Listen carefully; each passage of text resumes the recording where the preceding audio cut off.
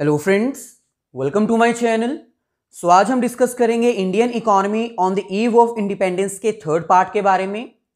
2 videos हम already upload कर चुके हैं। अगर वो वीडियोस आपने नहीं देखी तो उनका लिंक डिस्क्रिप्शन में गिवन है, आप उनको जाकर देख सकते हैं। Indian economy on the eve of independence के थर्ड पार्ट में आज हम डिस्कस करेंगे एग्रीकल्चर सेक्टर के बारे में। इट मीन्स हमें अब डिटेल में डिस्कस करना है कि 1947 से पहले जब इंडिया में ब्रिटिश गवर्नमेंट का कंट्रोल था, उस केस में एग्रीकल्चर सेक्टर की क्या डेवलपमेंट थी, क्या ग्रोथ थी, क्या सिचुएशन थी। जब हमने Indian economy on the eve of independence के फर्स्ट 2 पार्ट्स कवर किए तो उसको डिस्कस करने से हमें यह पता चल चुका है कि agriculture sector on the eve of independence में बहुत ही बैकवर्ड था। 72% इंडियन पॉपुलेशन एग्रीकल्चर के ऊपर डिपेंड करती थी, लेकिन जीडीपी पर इसकी कंट्रीब्यूशन सिर्फ 50% थी। इंडिया में इरिगेशन की प्रॉपर फैसिलिटी ना होने के कारण, मॉडर्न टेक्नोलॉजीज ना होने के कारण इंडिया में एग्रीकल्चर की ग्रोथ नहीं हो पा रही थी। जमींदारी सिस्टम एक मेन रीजन था जिसकी वजह से एग्रीकल्चर सेक्टर को एक्सप्लॉइट किया जाता था। ये ओवरऑल रीजंस डिस्कस कर चुके हैं हम। आज हम डिटेल में डिस्कस करेंगे कि इंडियन एग्रीकल्चर सेक्टर बैकवर्ड क्यों था और इसके क्या फीचर्स थे बिफोर इंडिपेंडेंस। यहां पर हमें कह रहे हैं before independence the agriculture sector of India is backward on the ground of following features. Before independence जो इंडिया का एग्रीकल्चर सेक्टर था वो बहुत ही बैकवर्ड था। क्यों बैकवर्ड था? क्योंकि फॉलोइंग उसके कुछ फीचर्स हैं, फॉलोइंग कुछ उसके रीजंस हमें प्रोवाइड किए गए हैं। फर्स्ट हमारे पास है low production and low productivity. India में जो एग्रीकल्चर की प्रोडक्शन थी और जो प्रोडक्टिविटी थी दोनों ही बहुत लो थी, कम थी। प्रोडक्शन का मतलब यहां पर क्या होता है? Total output. और प्रोडक्टिविटी का मतलब क्या होता है? Total output according to per hectare of land. एक पर्टिकुलर लैंड में कितनी प्रोडक्शन की जाती है उसको हम बोलते हैं प्रोडक्टिविटी, और जो टोटल प्रोडक्शन की जाती है उसको हम बोलते हैं प्रोडक्शन। दोनों में डिफरेंस है। प्रोडक्शन और प्रोडक्टिविटी दोनों ही बहुत कम थी और इसके रीजंस को जस्टिफाई करने के लिए आपको ये डाटा रिवाइज करना होगा। अगर हम क्रॉप्स की बात करें तो 1947 से पहले मेन क्रॉप्स कौन सी प्रोडक्ट की जाती थी? Wheat and rice.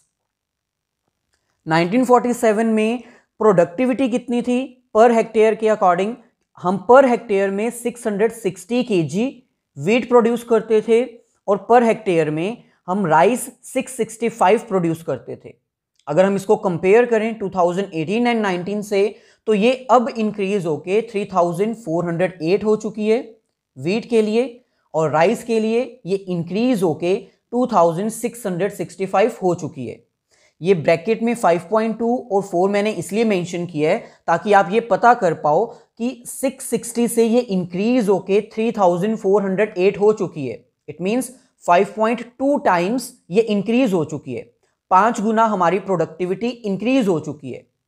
जब आपने इसकी एक्सप्लेनेशन करनी है तो इस डायग्राम को एक्सप्लेन भी करना है। आपने क्लियरली मेंशन करना है कि 1947 में हमारी व्हीट की productivity as compared to 2018 and 19 5.2 times कम थी, लो थी। ऐसे ही राइस की प्रोडक्टिविटी 4 टाइम्स कम थी। प्रोडक्टिविटी के बाद अब नेक्स्ट हमारे पास आता है production in lakh tons. Wheat की प्रोडक्शन हम 1947 में सिर्फ 64 लाख टन्स कर पाते थे, लेकिन अब 2018 एंड 19 में अगर हम डिस्कस करें तो वो 991 लाख टन्स हो चुकी है। 15.5 टाइम्स ज्यादा है। ऐसे ही राइस की प्रोडक्शन हम 220 टन्स कर पाते थे, 220 लाख टन्स 1947 में, लेकिन अब वो इंक्रीज होके कितनी हो चुकी है?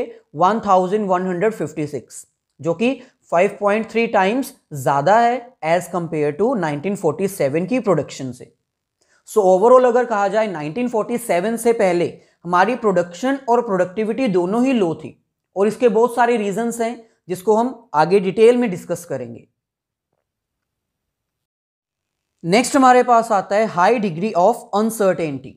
अनसर्टेनिटी का मतलब क्या होता है? जिसके बारे में कोई जानकारी ना हो। एग्रीकल्चर में हाई डिग्री ऑफ अनसर्टेनिटी थी। अनसर्टेनिटी किसके रिगार्डिंग? प्रोडक्शन के रिगार्डिंग। फार्मर्स को ही नहीं पता था कि अगर उन्होंने कोई प्रोडक्शन की है तो उसकी आउटपुट कितनी आएगी, कितनी प्रोडक्शन होगी। और ऐसा क्यों होता था? क्योंकि 1947 से पहले एग्रीकल्चर में फार्मर्स के पास कोई फिक्स्ड सोर्स ऑफ इरिगेशन नहीं अवेलेबल था। उनको किसके ऊपर डिपेंड रहना पड़ता था? रेनफॉल के ऊपर। अगर रेनफॉल अच्छी होती थी तो उनकी प्रोडक्शन ज़्यादा हो जाती थी, लेकिन अगर रेनफॉल अच्छी नहीं होती थी तो उनकी फसल बर्बाद हो जाती थी और प्रोडक्शन ज़्यादा नहीं हो पाती थी। सो क्योंकि कोई परमानेंट सोर्स उनके पास नहीं था इरिगेशन करने का, इसलिए प्रोडक्शन के रिगार्डिंग टोटल अनसर्टेनिटी थी, जिसकी वजह से प्रोडक्शन भी लो होती थी और प्रोडक्टिविटी भी लो हो जाती थी। थर्ड हमारे पास आता है डोमिनेंस ऑफ सबसिस्टेंस फार्मिंग। सो यहां पर हमें सबसिस्टेंस फार्मिंग का मीनिंग क्लियर होना चाहिए। सबसिस्टेंस फार्मिंग एक ऐसे फार्मिंग होती है जिसमें फार्मर सिर्फ और सिर्फ अपनी फैमिली की नीड्स को सेटिस्फाई करने के लिए ही प्रोडक्शन करता है। Subsistence farming means production only for satisfying family needs. So 1947 से पहले क्या होता था कि एक फार्मर सिर्फ और सिर्फ अपनी फैमिली नीड्स को सेटिस्फाई करने के लिए ही प्रोडक्शन करता था। वो उसको मार्केट में सेल करने के लिए प्रोड्यूस ही नहीं करता था, जिसकी वजह से उसको कोई सोर्स ऑफ इनकम जनरेट नहीं हो पाता था। अब क्योंकि उसके पास कोई सोर्स ऑफ इनकम था ही नहीं, इसलिए जो एग्रीकल्चर सेक्टर है वो बैकवर्ड ही रह गया। उसको वो करने के लिए कोई सोर्स फार्मर्स के पास था ही नहीं। सो ये एक थर्ड रीजन है जिसकी वजह से हम ये कह सकते हैं कि एग्रीकल्चर सेक्टर जो है वो बैकवर्ड था, क्योंकि फार्मर सिर्फ अपनी फैमिली के लिए प्रोडक्शन करते थे। मार्केट में सेल करने के लिए उनके पास कोई भी एक्स्ट्रा क्रॉप्स नहीं बचते थे। सो क्रॉप्स नहीं अवेलेबल थे सेल करने के लिए, इसलिए उनके पास कोई सोर्स ऑफ इनकम नहीं था। और अगर सोर्स ऑफ इनकम नहीं था तो वो एग्रीकल्चर में उनकी डेवलपमेंट के लिए कुछ भी इन्वेस्ट नहीं कर सकते थे। नेक्स्ट हमारे पास आता है difference between honours of soil and tillers of the soil. अब जमींदारी सिस्टम में हमने इसको डिटेल में डिस्कस किया था कि जो लैंड के ओनर्स होते हैं वो जमींदार्स होते हैं, लेकिन जो फार्मर्स होते हैं जो उसके ऊपर प्रोडक्शन करते हैं वो कोई और पर्सन्स होते हैं। जमींदार क्या करते हैं? अपनी लैंड को यूज करते हैं प्रोडक्शन करने के लिए, लेकिन वो खुद प्रोडक्शन नहीं करते, किसी फार्मर को हायर कर लेते हैं उसके ऊपर प्रोडक्शन करने के लिए। सो इट मीन्स लैंड के ओनर्स कोई और होते हैं और टिलर्स कोई और होते हैं। Owner is someone and tiller is someone.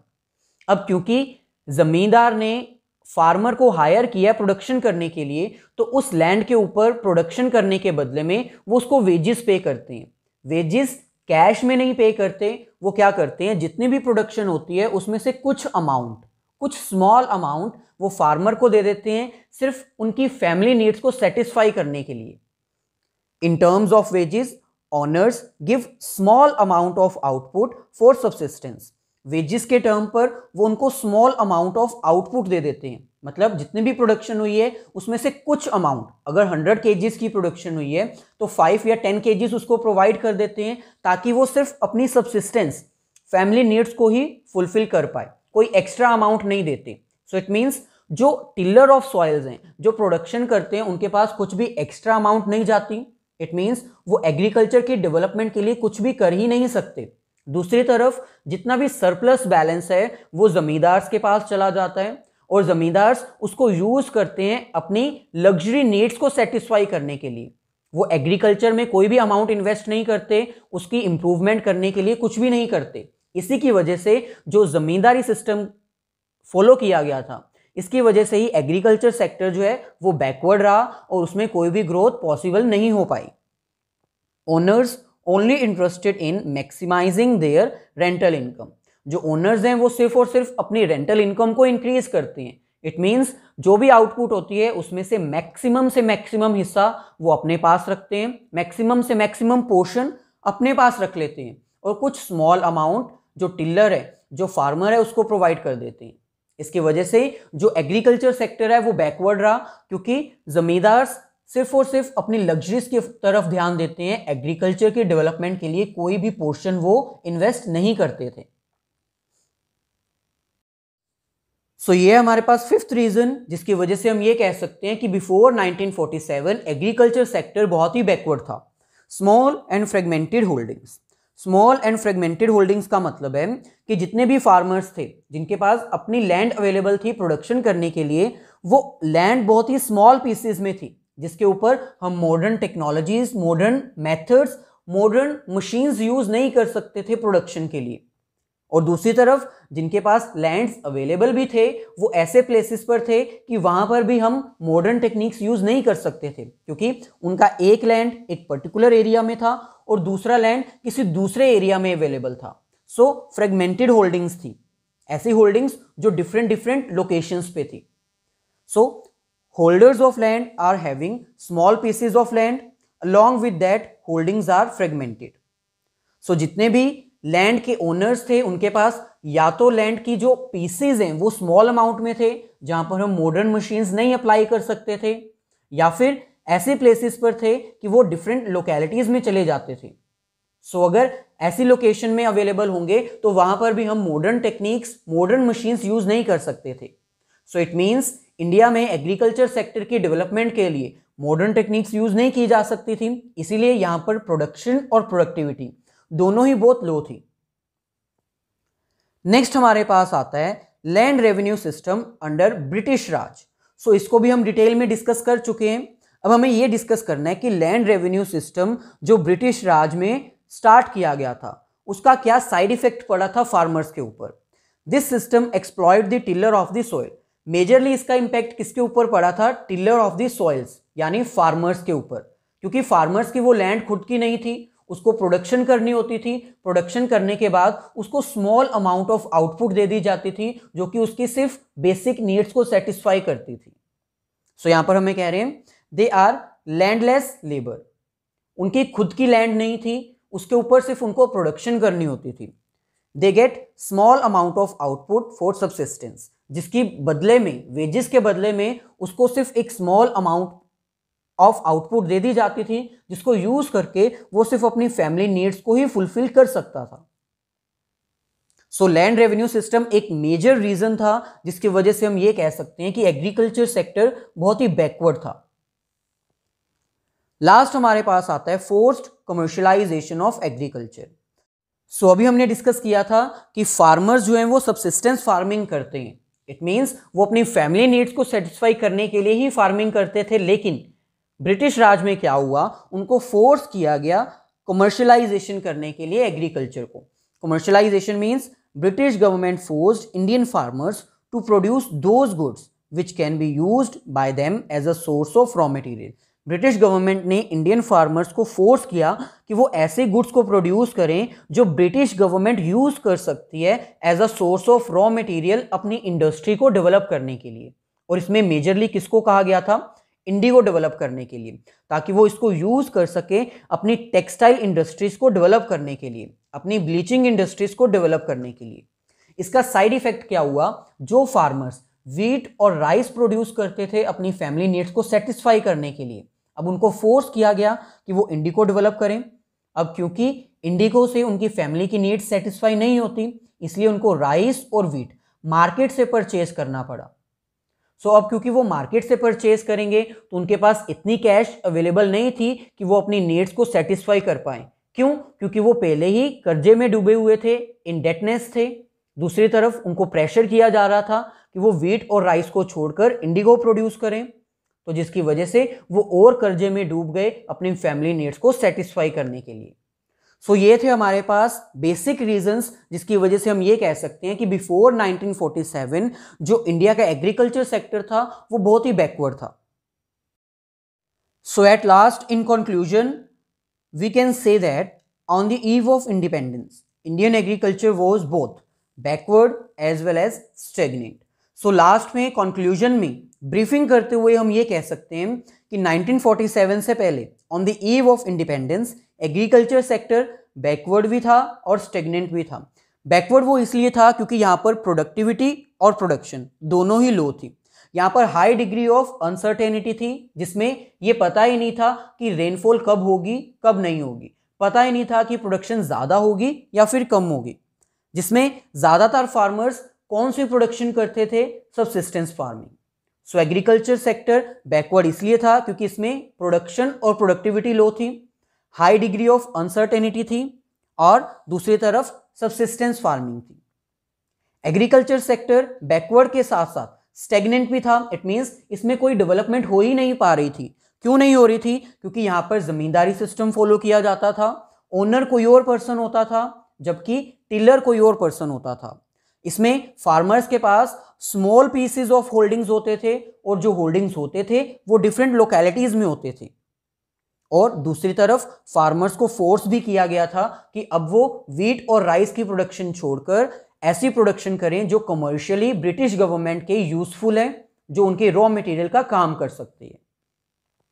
सो ये थी हमारी आज की वीडियो जिसमें हमने एग्रीकल्चर सेक्टर को अंडरस्टैंड किया। हमने ये फाइंड आउट किया कि 1947 से पहले एग्रीकल्चर सेक्टर की डेवलपमेंट कैसी हो रही थी, ये बैकवर्ड किस पोजीशन में था।